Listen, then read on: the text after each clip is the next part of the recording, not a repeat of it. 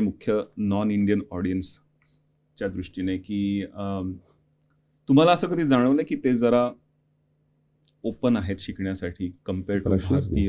भारतीय? काय ना, भारतातच इतकी वेगवेगळी सब कल्चर्स आहेत, इतक्या भाषा आहेत की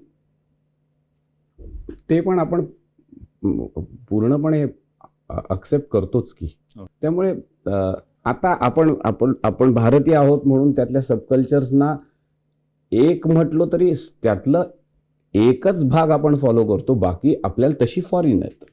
बरोबर ना? आपल्याला तुम्हाला तमिळ येतं का नाही माहिती, पण येत नाही. मग Tamil is a foreign language to you. Correct.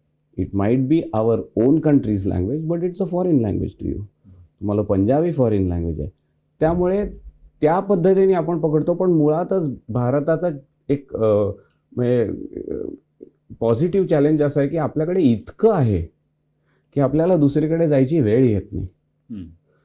पण त्यामुळे कधी कधी काय होतं की वेगळं स्वीकारण्याला जे एक माइंडसेट लागतो ना, तो आपल्याकडे विकसित होत नाही.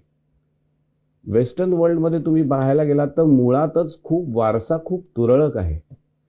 आध्यात्मिक वारसा एस्पेशली खूप तुरळक आहे.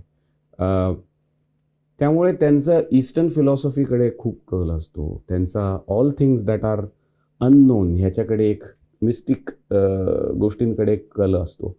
तर तो कल त्यांचा दिसतो आणि त्या कलामुळे ते कष्ट खूप घ्यायला तयार होतात. प्रत्येक कार्यक्रमात माझ्या अभारतीय लोक येतात आणि ते येतात, ते नाचतात, ते गातात. मलाही मुद्दाम अट्टहासाने त्यांच्याकडनं विठ्ठल विठ्ठल गाऊन घ्यायला खूप आवडतं. पण ते करतायत, रिस्पॉन्ड करतायत आणि मला त्याचा खूप आनंद होतो.